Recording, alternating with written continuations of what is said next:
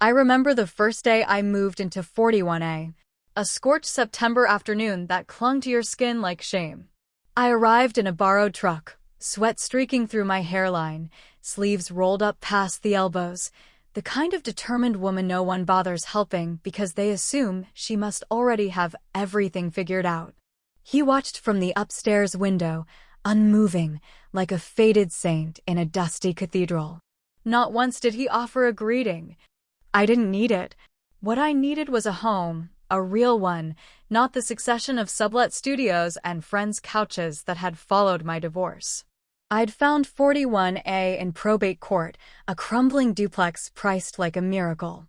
Everyone said I was insane for buying it. I said nothing. Let them whisper. Let them scoff. Let them see me a year from now. But Mr. Linden had made it his business to remind me that I didn't belong. He left passive-aggressive notes about trash bins, called the city over the unsightly condition of my yard when I was mid-landscaping. And the worst of it, he reported me for excessive noise and illegal renovations. That one stung, because nothing I did was illegal. Nothing I did was excessive. I pulled permits. I hired licensed electricians. I worked during city-approved hours. But women like me, women who dare to carry tool belts and hope in equal measure, always seem to be too much for men like him. I was served a warning. Had to halt all work for 2 weeks while the city investigated. He must have been delighted. I'd cried the night I got the notice. Not because I was afraid, not anymore, but because exhaustion has a way of softening the armor you've spent years forging. But the city found no violations. Of course they didn't. Still, the damage was done. My timeline was wrecked. My savings dwindling. And then the listing appeared. His name, in small print, under the local foreclosure auction announcements. I reread it 3 times. It felt almost like fate. I hadn't planned to bid, but some things are beyond planning. Some things move through your bloodstream like ancestral echoes. I attended the auction in a navy blouse and worn heels, heart calm for the first time in months. It wasn't even a competition. His bank was desperate. My offer, clean, cash, resolute, closed the matter in under 5 minutes. I became the owner of his mortgage. I owned 41B. The notice of ownership transfer was hand-delivered by my lawyer. I didn't include a note. I didn't need to. He knew. And now, 3 months later, he rents the single room at the back of the house. He pays on time. He keeps to himself. He is very, very quiet. And I am still renovating. But I've stopped flinching at the sound of my own progress. The thing they never tell you about old houses, the kind that sit lopsided on half-forgotten streets and seem to breathe with stories buried in their joists, is that they remember.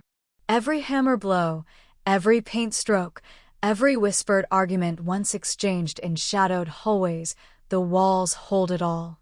So when I resumed renovations after the auction, I did so with reverence.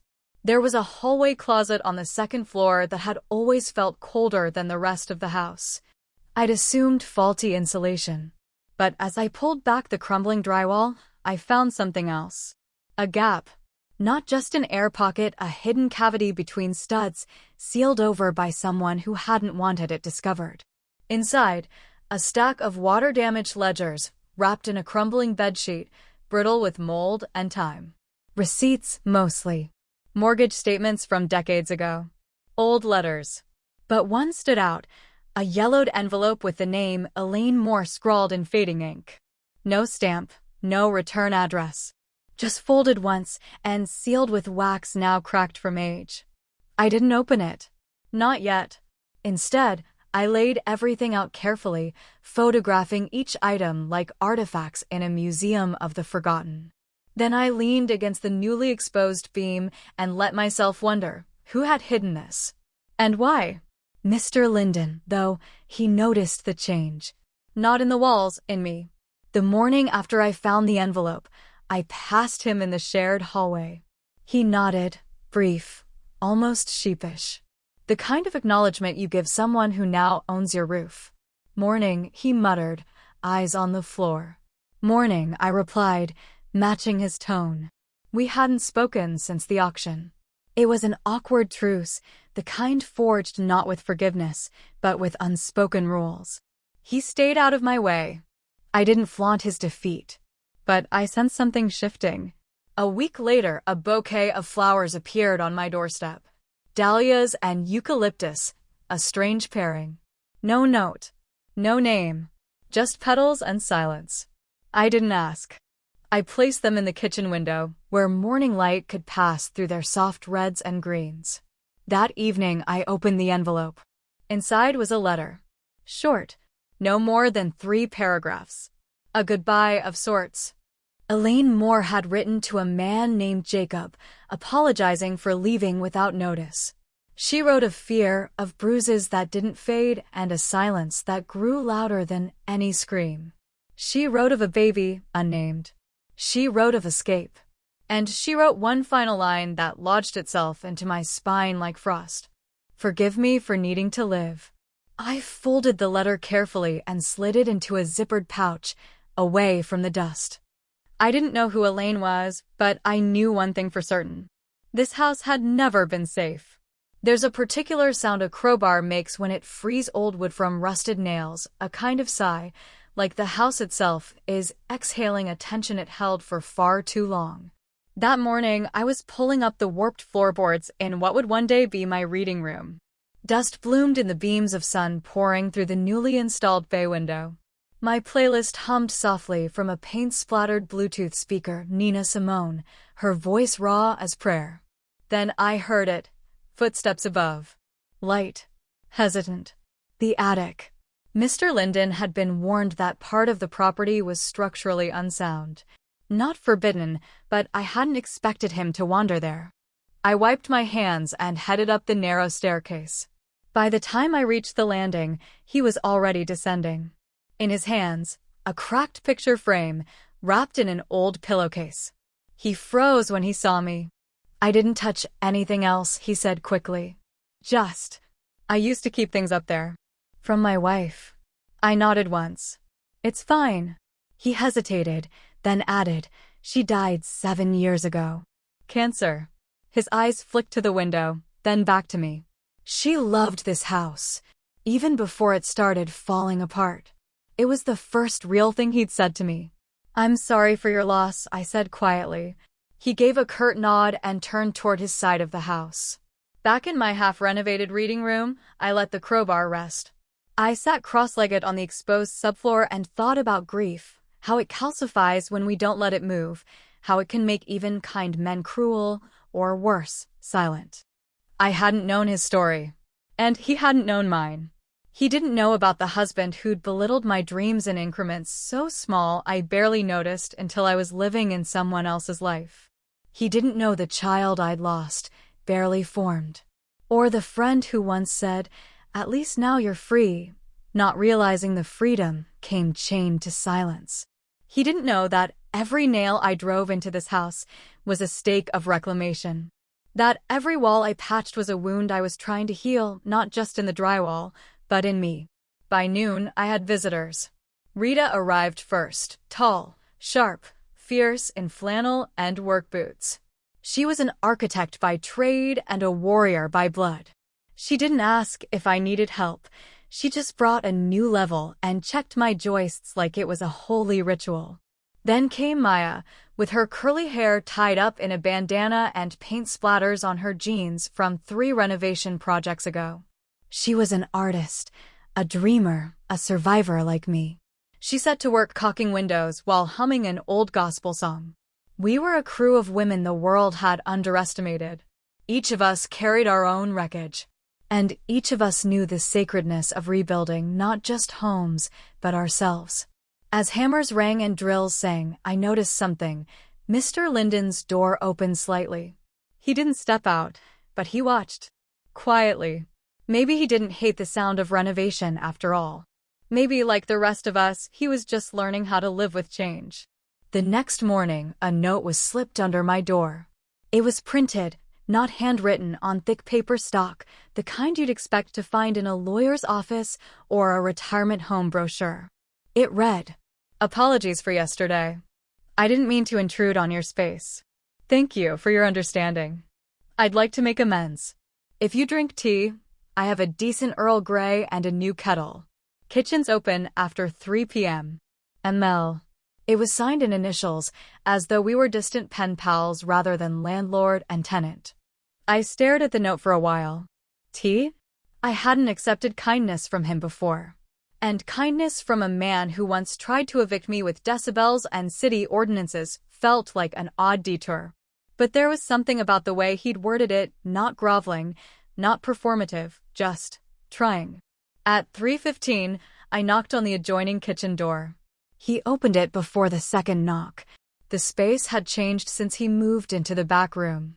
Gone were the dusty blinds and ancient spice racks. A modest tea station had emerged. Electric kettle, a row of jars, a chipped porcelain mug with the word endurance painted on it in faded navy script. Didn't think you'd come, he said. Neither did I replied. We sat in silence as the kettle warmed. The kitchen clock ticked like a metronome. I'm sorry, he said suddenly. For before. For the complaints. The reports. All of it. I didn't interrupt.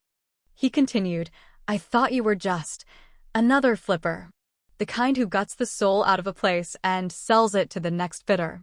But then I saw what you were doing. Really saw it. And what am I doing? I asked quietly. He looked around, at the fresh trim I'd installed, the painted cabinets that still bore faint brush marks, the new light fixture above us. You're making this a home, not just for yourself. You're restoring something. I let the tea steep in its silence. Then I asked, who is Elaine Moore? He looked up, startled. His mouth opened, closed.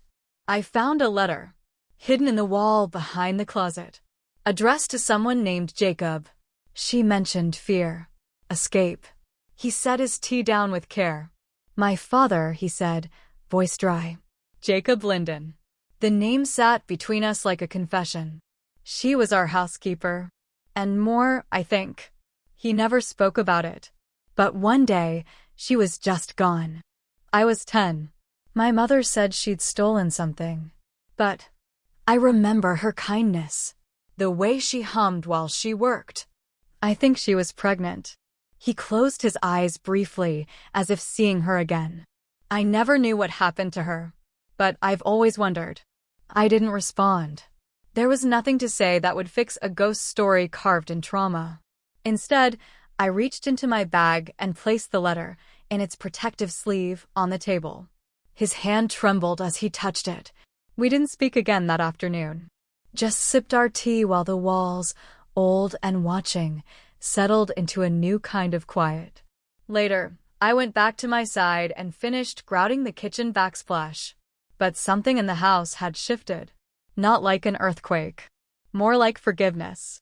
It's strange how quickly a routine can evolve, how the absence of hostility can feel almost disorienting. The days following our quiet tea ceremony blurred together in the way only progress can blur time. Maya and Rita returned that weekend. We turned our attention to the upstairs bath, a room that had long resisted any sense of order. Pipes clanged with protest, the walls bowed inward like tired lungs, and the mirror, original, cracked down the middle, still held the warped reflection of everything the house had witnessed. I think this mirror should stay, Rita said, tracing the crack with a gloved finger. It's a reminder. Of what? I asked, tilting my head. That things can be broken and still be beautiful. I smiled, not just because I agreed, but because it had taken me years to learn that same lesson about myself. We kept the mirror, built a new frame for it, anchored it securely against fresh drywall. It looked defiant, elegant, unashamed. That night, I laid out the old blueprints in the living room. They'd come with the deed, yellowed and stiff. The original plans had been modest, 2 bedrooms, 1 bath, a parlor, and a small back room that had since been converted, clumsily, into a second kitchenette. But tucked inside the final sheet was something I hadn't noticed before, a revision, scribbled in pencil, not ink. A secret room, once intended but never built. A square space behind what was now the linen closet. I ran my fingers over the faint lines. The note beside it read, "Proposed nursery. Awaiting Elaine's confirmation." My breath caught. Elaine. Again. I called Maya. She arrived within the hour, flashlight and crowbar in hand. We opened the closet and knocked along the back paneling until the sound changed, hollow, then dense. We found the cavity. Not a full room, but space enough for a crib. A changing table. A future that never arrived.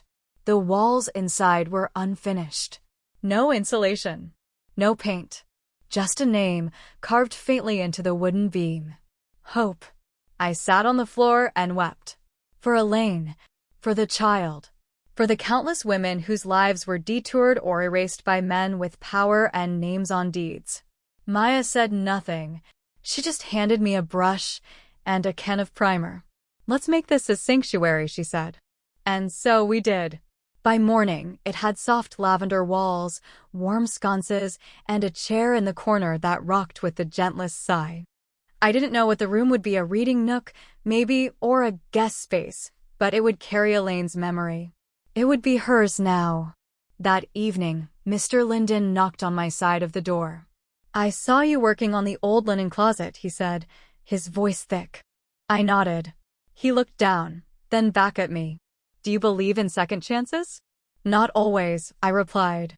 "But I believe in earned ones." He nodded slowly, stepped back, and added, "Thank you for showing me the house again." He didn't mean the structure. He meant the history, the heartbeat. I closed the door gently and turned off the porch light. Inside, the lavender room glowed soft as dusk. Grief doesn't walk through the front door. It seeps up from the floorboards, the ones you kneel on for hours, sanding and staining and coaxing into beauty again. It shows up not with a scream, but in the small pauses between steps, in the silence that settles just after progress. I was working on the dining room that week. The parquet floor had suffered years of neglect, warped from moisture, faded from sun, its edges curled like a letter never sent. Most would have torn it up and started fresh. But I couldn't, because this house, like the woman I was becoming, wasn't made for replacement. It was made for restoration. Each board I lifted carried dust and memory. I lined them carefully on sawhorses in the yard, sanding them smooth and breathing in the scent of cedar and history. That's where he found me, Mr. Linden, standing beside my labor like a priestess of forgotten wood. "Didn't think anyone still restored things like that," he said. "I didn't think you noticed," I replied. He handed me a thermos of coffee. It was warm, strong. I noticed more now than I used to. We stood side by side in the morning light, sipping in silence. "I built a crib once," he said after a long pause. "When my wife was pregnant the first time. Didn't work out. Miscarriage. We never tried again." I glanced at him, but his eyes were fixed on the horizon. "Sometimes," he continued, "you don't know how much something means until the space it would have filled stays empty." I nodded. "I know." He didn't ask how, and I didn't offer. Some truths sit best between people when left unnamed. That afternoon, I returned to my work. As I reset each sanded piece into its place, I whispered a silent vow to the house, to Elaine, to every woman whose blueprint had been altered without her consent. "You are not forgotten." The final plank clicked into place just as the sun dipped below the trees. I stood back and surveyed the room. Not perfect, but honest. That evening, Rita texted me. "City's doing a tour next month. Heritage Homes Restoration Showcase. You should enter. You've earned it." I stared at the message for a long while. A showcase? A tour? It felt premature. And yet, this house wasn't just mine anymore. It was a testament. A living archive of what happens when a woman refuses to be evicted, not just from property, but from her own potential. I didn't reply right away. Instead, I walked to the quiet room, the lavender one, and sat in the rocking chair. Outside the window, dusk painted the sky in soft defiance. And inside me, something settled. Like a root finding soil. The night before I submitted the house for the Heritage Homes Restoration Showcase, I stood in the hallway, barefoot, my palm resting against a freshly painted wall. It was smooth, impossibly so, given what it had once been. And beneath my skin, I could almost feel it humming. Not noise, not disruption, but memory held.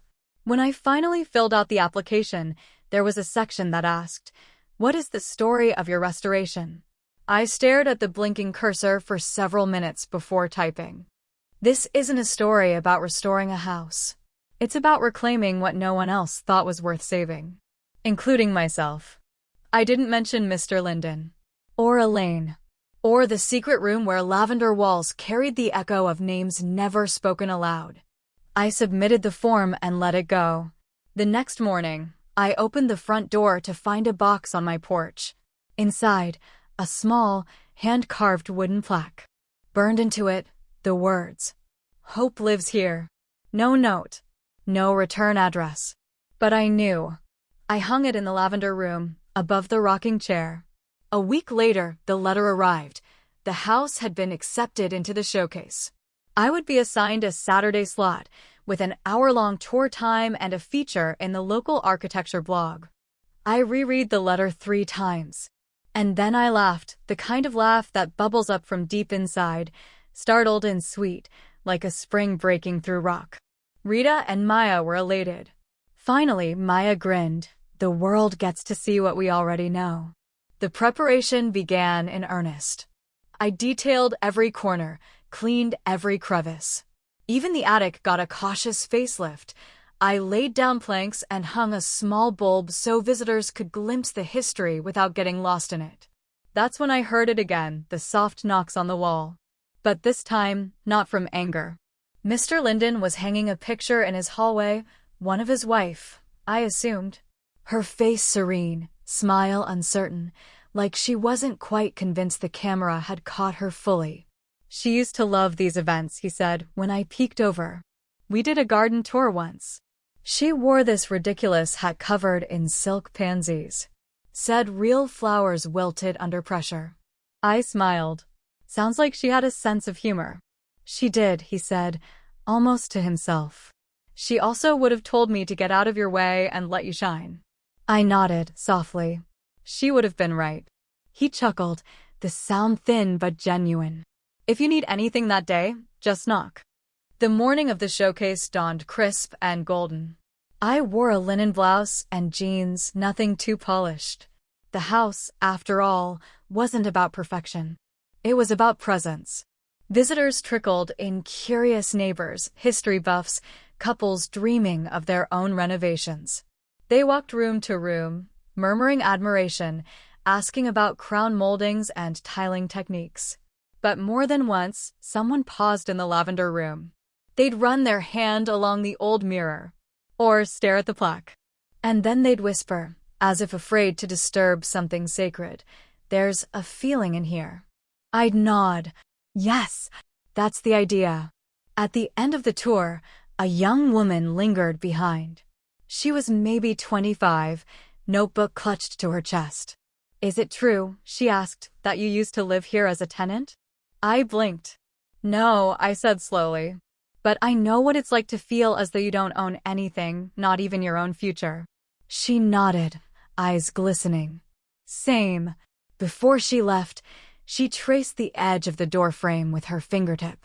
"Thank you for showing us what's possible." I closed the door behind her, heart full.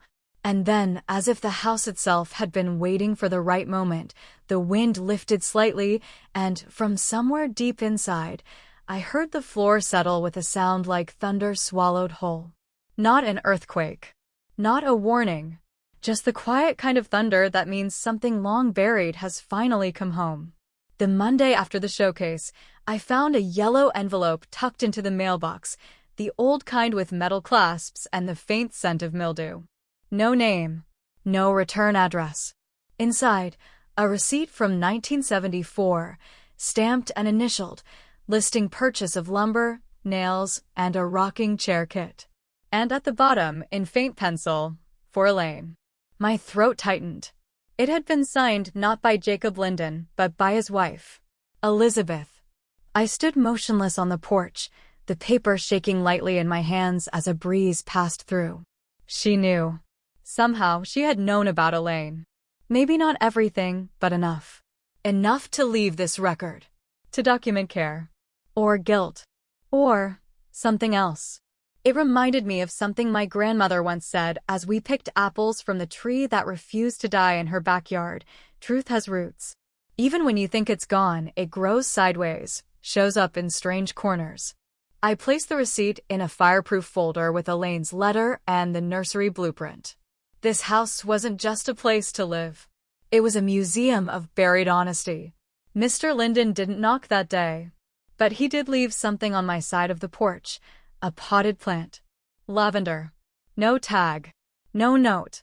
Just the scent. Soft, persistent, calming. I didn't move it. I left it by the window of the lavender room, where the light hit just right in the afternoons. That evening, I pulled out the old registry, the thick notebook where I'd been tracking every nail, every plank, every brushstroke. It was filled now, smudged and dog-eared. But as I flipped to the back, I found a page I didn't remember writing. My handwriting, yes. But the words? They read like something I'd only dreamed. What if the quiet isn't absence, but arrival? What if it's the sound of every woman before me finally exhaling? I sat with that. And then I picked up my pen and wrote underneath. I think they're here now. I think we are all finally home. The neighborhood had begun to change since the showcase. People walked slower past the front gate. A local journalist reached out, wanting to do a photo essay. I said maybe. I wasn't sure I was ready to hand the story over to someone else just yet, but something deeper than attention had shifted. At the grocery store, an older woman in line behind me tapped my shoulder. You the one who owns the house on Hazel and Birch? Yes, I replied, cautiously. She smiled. Used to babysit there, long time ago. Before it changed hands. Nice to see it alive again. Alive. That word stayed with me. Because some houses never truly die. They just go quiet, waiting for someone to remember how to listen. That weekend, I found a box in the attic I hadn't seen before. Tucked behind old insulation, sealed with duct tape gone brittle with age. Inside, a photo album. And on the first page, a snapshot of a woman holding a baby beside the unfinished linen closet. No name written. But I knew. Elaine. And the child. The photo was blurred slightly, taken in haste. But her expression, fierce and protective and weary, was unmistakable. I placed the photo in a new frame. It now sits beside the plaque. Hope lives here. Because she did. There are silences born of fear. And then there are silences chosen, cultivated like gardens of dignity. This was the latter. That week, I barely saw Mr. Linden. He moved with soft purpose, his steps lighter than I'd ever known them. I'd hear the creak of floorboards when he passed through the kitchen, the click of the kettle, the slow exhale of a man who no longer needed to win every conversation. It had become a mutual courtesy, a dance of space and respect. We did not intrude. We did not pretend closeness. But we honored the boundaries as carefully as one honors a scar, not always beautiful, but sacred in its own way. Then, on Thursday, a letter arrived addressed not to me, but to the occupant of 41A, caretaker of Paragon House. Paragon House. It took me a moment to realize what they meant. Inside, a short note on embossed stationery from the Historical Preservation Board. Due to the overwhelming public response during the showcase and the historical materials submitted post-event, we'd like to recognize your home as a site of living heritage. Pending final approval, Paragon House will be listed in the regional register. My throat caught. A home that once stood half abandoned, dismissed, derided, nearly condemned, now held a name. A legacy. I folded the letter slowly, setting it on the mantel beside the vase of lavender. My eyes traced the quiet room, the rocking chair, the mirror. And for the first time in my life, I felt something larger than pride. I felt legitimacy. That evening, I walked past Mr. Linden's door and paused. I didn't knock, but I left a copy of the letter under the frame. The next morning, I found a sticky note in return. It's fitting. You restored more than a house. You restored a name. She would have liked that. It wasn't signed. It didn't need to be. That weekend, Rita and Maya came by to celebrate. We sat on the front porch, sipping sparkling lemonade like girls who'd just built a castle out of nothing but ashes and resolve. I knew you'd do this, Maya said. No, you hoped I would, I corrected. Rita chuckled. Same thing. We toasted without glasses. Later, as the sun dipped low and the first stars blinked open, Maya whispered, You know, you're not just healing the house. You're healing yourself through it. I nodded. I think, maybe I always was. I didn't say the rest out loud, that I was also healing someone else's story, perhaps many stories, buried in old beams and unspoken rooms. That this wasn't just renovation. It was resurrection. After they left, I wandered the house alone. Room by room, touching corners and windowsills like I was tucking each one in for sleep. Then I sat in the lavender room, opened a fresh notebook, and wrote, Let the world measure success in square footage and resale value. I'll measure mine in softness, in survival, in silence made holy. And, for the first time in years, I didn't just feel safe. I felt heard, even in the quiet. Somewhere between rewiring the upstairs lighting and finding the perfect curtain rods, I realized I was no longer planning to leave. Not eventually. Not when the value appreciated. Not after one more season. I had started with survival. I stayed for the justice. But now, I remained because something in me, something fragile and weary and stubborn, had decided this place was not just where I rebuilt. It was where I belonged. The decision came quietly, without fanfare. Like a candle lit in an empty room. And once I allowed myself to claim permanence, everything else shifted. I began collecting things I once swore I didn't need. A good set of dishes, a cozy reading chair with worn blue velvet, a quilt from a local craftswoman that reminded me of the lake summers of my childhood, when joy had been simple and unrecorded. Mr. Linden noticed the change, too. You're nesting, he said one morning over shared coffee on the back steps. I smirked. Isn't that what birds do before they fly away? Not always, he replied. Sometimes they're just choosing to stay. His eyes flicked toward the garden beds we'd cleared last spring, overgrown back then, now thriving under Rita's rotating compost rituals. Lavender, rosemary, and sage rose up like small miracles from the dirt. He pointed with his mug. Smells like peace. Smells like memory, I said. We sipped in silence after that. Neither of us the same people who had once sparred with walls and legal notices. He no longer tried to control what wasn't his. And I no longer mistook quiet for compliance. It was, somehow, a truce that worked. A letter came that afternoon, the official certification from the Regional Heritage Board. A bronze plaque would be cast and installed near the walkway. I was to select the final inscription. They offered 3 sample lines. But I already knew what I wanted. That night, I typed it, bold and clear. Paragon House, restored in honor of the forgotten. May what was once silence now stand in peace. Later, while organizing the last of the documents from the attic, I found one final surprise. Tucked into the pages of a forgotten ledger was a small pressed flower, fragile, ivory-petaled, held between 2 receipts for paint and lumber. Next to it, scrawled in pencil, planted the lavender for her. So she'd know she wasn't erased. No signature. But I knew it was Elizabeth. The woman who stayed. The woman who carved quiet resistance into gardens and ledgers. The woman history didn't thank. I folded the note carefully and placed it beside Elaine's letter. The house had always held more women than names. And now, they would not be unnamed.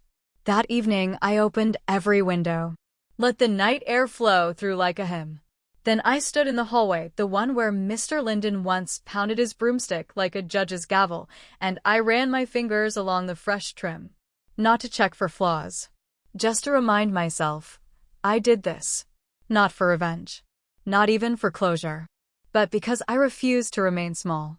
And because healing, once begun, has its own momentum. I didn't plan a ceremony. There was no invitation. No catered spread. No gold-tipped scissors or a ribbon to slice in front of flashbulbs. Just a few neighbors, the women who'd built alongside me, and the moment itself, quiet and sacred, as it should be. The bronze plaque had arrived wrapped in velvet. Heavier than I expected. The courier offered to install it, but I declined. This wasn't something to be outsourced. Maya brought her drill, Rita a measuring level, and I carried the plaque like an heirloom. We stood in a semicircle beneath the soft light of early morning. The dew clung to our shoes. The breeze carried lavender on its breath. I thought about having it say something clever, I told them, hands trembling just a little as I knelt at the stone marker by the gate. But then I remembered, this isn't a clever story. This is a holy one. And then, with deliberate care, I fixed the plaque into place. We stood back in silence. The words gleamed gold against black. Paragon House. Restored in honor of the forgotten. May what was once silence now stand in peace. I didn't cry. But Rita did. Damn it, she sniffed, wiping her eyes. You made a church out of a ruin. Maya laughed softly. It's not just a house anymore. It's a promise. Mr. Linden emerged an hour later, his gait slow but steady. He stood in front of the plaque for a long time, said nothing, then touched the edge of it with 2 fingers and murmured, about time. He turned to me. There's something I've been meaning to give you. I followed him inside his side of the duplex for the first time since the purchase. It was modest, sparsely furnished, shelves lined with old books and quiet grief. He retrieved a wooden box from the closet. Worn, lacquer peeling. Inside, letters. Dozens of them. All addressed to Yem. She wrote them, but never sent them, he said. Found them after she died. I couldn't read them all, but I knew they weren't meant for me. He paused. I think they're yours now. I took the box, breath caught in my throat. I don't know if I can read them either, I whispered. He nodded. Then maybe start by just holding them. That night, I placed the box in the lavender room. I lit a single candle and sat beside it, the air thick with history. I didn't open a single envelope. But I did speak aloud for the first time in years, not to anyone in particular, but to the space itself. You mattered. I don't know all your names, but I see your outlines in every doorway. I feel your breath in the insulation. And I will keep telling your stories until the echo becomes song. The candle flickered. The walls held still. Outside, the wind rustled the rosemary. Inside, the quiet remained. But it no longer felt empty. Not all inheritance comes by bloodline. Some of us inherit stories, others inherit silence. And then there are those, like me, who inherit responsibility, the sacred burden of memory. That week, I took time off work. No construction, no painting, no contractor calls.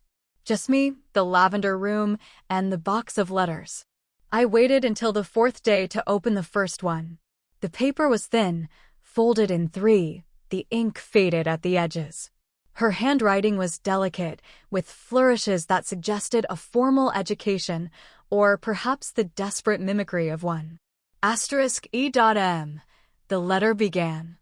I heard your voice today in a child who dropped a glass in the hallway and held their breath waiting for punishment.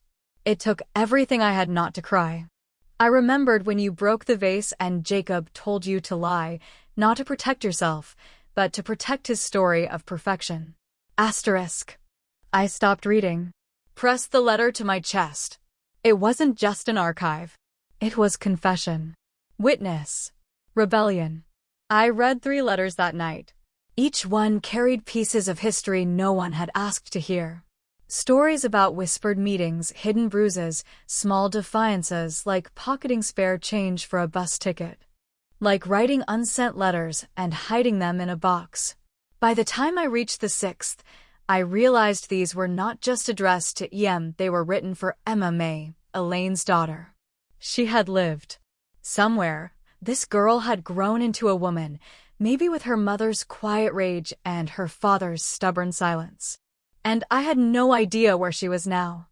I told Maya the next day. She went still. We could try to find her. You think she'd want to know? Maya tilted her head. I think she deserves the choice. I nodded. Let's try. We began with what little we knew, the partial name, the dates, the city. Rita joined us with her historian's methods, combing archives, birth indexes, court logs. I searched digitized yearbooks, obituaries, even poetry anthologies. It was slow work, often thankless. But each search felt like a prayer. Let her be alive. Let her be safe. Let her know she wasn't forgotten. 3 weeks passed. And then, late one night, Maya texted. I found her. My hands shook as I read the next message. Emma May Hollis. Born 1973. Artist. Lives in Oregon. She did a show called Walls That Whisper, mixed media. About unspoken family trauma. She's real. And she's alive. I didn't sleep that night. I just sat in the lavender room and whispered thank yous to the air, to the floor, to the past. And when morning came, I wrote a letter. Not to Emma May, not yet. But to the woman who'd hidden hers. Asterisk Elaine. She made it. She carried your story all the way to a place with pine trees and clean water. I don't know if she remembers the walls. But I promise you the walls remember her. Asterisk it took me 4 drafts and 2 full cups of tea before I settled on the letter I would send. Not to a stranger. To a survivor. To the woman who had lived through shadows long enough to make art from the echo. Emma May Hollis. A name I now said silently each morning as I walked the halls, as if invoking her presence could somehow summon the stories that had slipped between floorboards for decades. My letter was simple, honest. Dear Ms. Hollis, you do not know me, but I live in a house that once sheltered your mother. I found her letters. Not sent, but saved. I believe they were written to you. I would like to return them to you, if that's something you want. This is not about obligation. It's about offering what was once withheld. You may ignore this, or write back, or ask questions. Whatever you choose, please know, your story has been kept. And it matters. With respect. Olivia. I enclosed a copy of one letter, the gentlest one, and a photo of the plaque. No contact number. Just a P.O. box. And then I mailed it, hands trembling slightly as I released it into the slot. Weeks passed. The garden bloomed in strange ways, lavender strong, rosemary stubborn, and the roses? Unexpectedly vivid. I joked to Maya that the ghosts must have taken up horticulture. But in truth, I waited. I waited in the way one waits for answers they are prepared not to receive. And then, one Thursday, the letter came. Not typed. Handwritten. The return address was a P.O. box in Ashland, Oregon. I stared at the envelope for almost an hour. Then I opened it. Dear Olivia, I've waited my whole life for someone to tell me I wasn't imagined. You are the first. Yes, I would like the letters. But more than that, I would like to see the room. The one with lavender walls. I don't remember it, but I've dreamed of it. I'll be in Boston next month for an exhibition. I'd like to visit. If that's okay. Thank you for listening to what others covered up. Thank you for keeping her voice. With care. Emma May. Emma arrived on a Tuesday. She wore a forest green coat, wool, slightly worn at the sleeves. Her hair, once surely braided by a hopeful mother, now curled loosely about her shoulders in silver-streaked waves. She looked around with eyes that missed nothing, but judged even less. I met her at the gate. We didn't hug at first. Some women need space before reclaiming ground they were denied. Instead, we walked, side by side, like sisters from different stories. She paused as we reached the porch. This is the place, she asked, her voice quiet, like she didn't want to spook the memory. I nodded. Emma didn't weep when she stepped through the threshold. She inhaled, as if catching the scent of lavender not in bloom, but in spirit. I gave her the house. Not literally, Though in some way, emotionally, I think I did.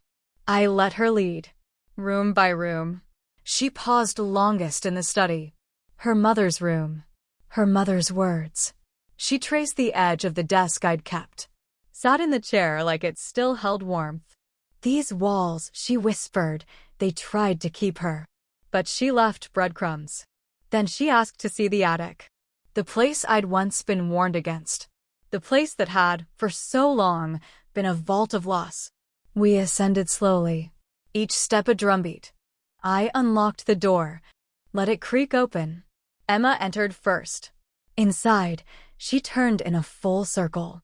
Her eyes landed on the boxes, the journals, the drawings, the fragments. She reached into one, a box of children's art, pulled out a crayon sketch of a tree with pink blossoms and two figures beneath. That was me, she said simply. Then she broke. Not dramatically. Just a slow collapse into herself, like a willow folding in the rain. I held her hand and we sat on the attic floor for hours. When she could speak again, she said, "Thank you for giving her back to me." And I replied, "She never left.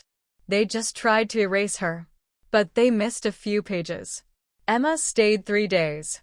Each morning we drank tea by the fireplace and read one letter together. Each night we lit a candle for the silence that women like her mother, like my mother, had endured, and vowed to speak their names louder. When she left, she didn't say goodbye. She said, "All right." And I believed her. Because this time, the story wasn't ending. The morning after Emma left, I walked through the house like one does after guests depart, half in gratitude, half in longing. The lavender room was quiet again, the candle stubbed to a wick, the air still heavy with her presence. But something had shifted. I wasn't just preserving history anymore. I was living with it. That day, I began a new project, not with wood or plaster, but with paper and thread. A tapestry of stories. I stitched pieces of Elaine's letters into linen squares, using old embroidery hoops and delicate cotton floss. It wasn't for sale. It wasn't for display.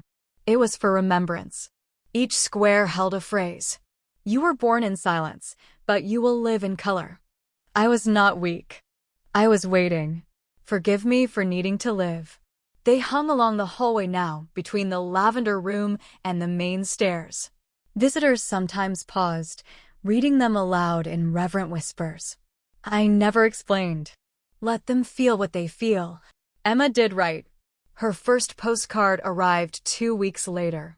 It was hand-painted, a watercolor of a small girl beneath a sprawling oak. On the back, she'd written, "She remembers the tree." I didn't know I remembered it, but I do. Thank you for giving her a room again. I'm showing the tapestry at my next exhibit. I'll call it Paragon. With love. E**. I wept quietly, the way one does when grief and joy braid themselves together.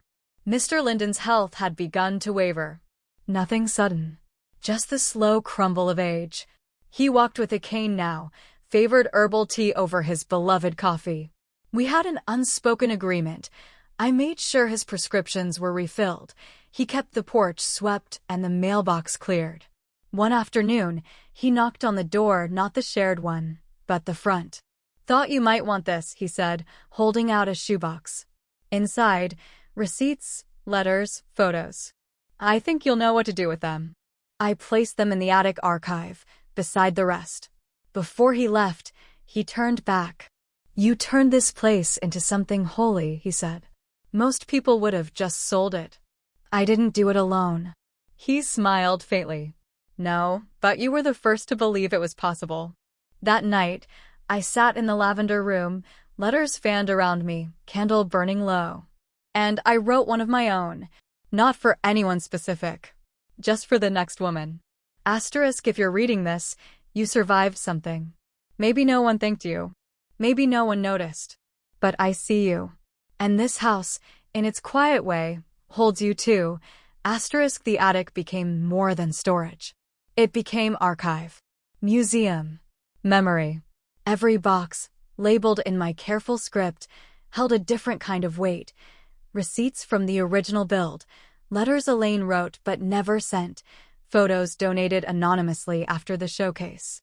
Some nights, I'd find myself sitting up there long past sunset, cataloging not just objects, but emotion.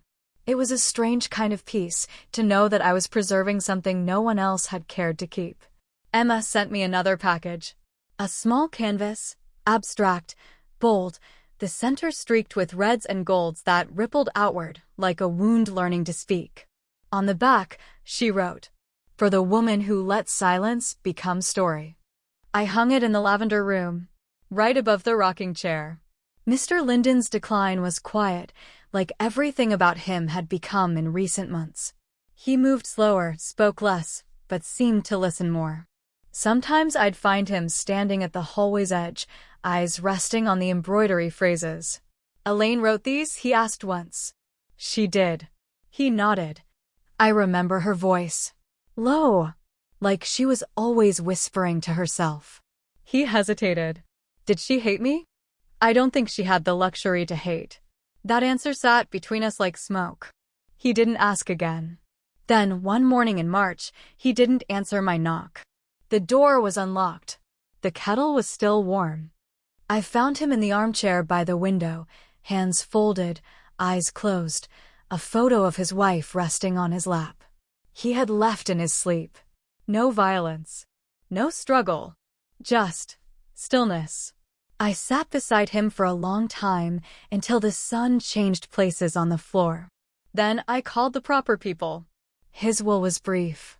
He had left his belongings to no one, save a note asking that the house not be sold off to strangers who would not understand it.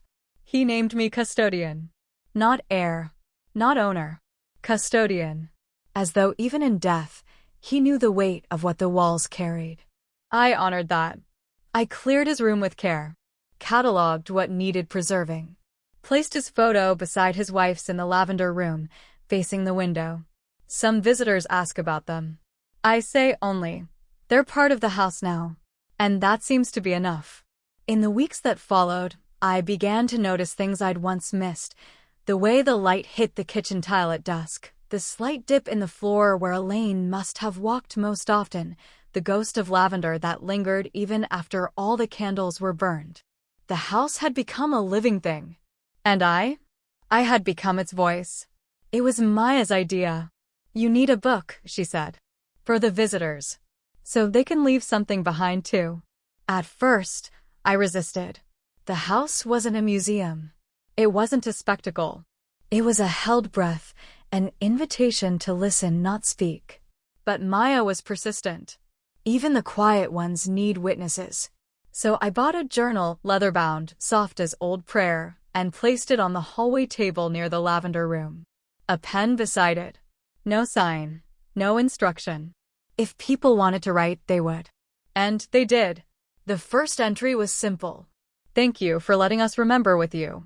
C. and J." Then, "My mother left a place like this. She never looked back. I wish she could have seen this. A.L. I didn't know I needed this room, but I did. Thank you. S." One by one, they arrived. Whispers turned ink. Pain turned reflection. No one wrote about the molding or the light fixtures, though Maya's tile work got a quiet nod once. What they wrote about was presence.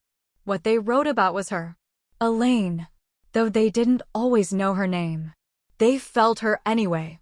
Emma sent another letter, this time handwritten on handmade paper. It was folded around a photograph. Her mother. Young. Beautiful. Holding a child with wide, startled eyes. The background was faded, but the doorway behind them was unmistakable. "My house. This house.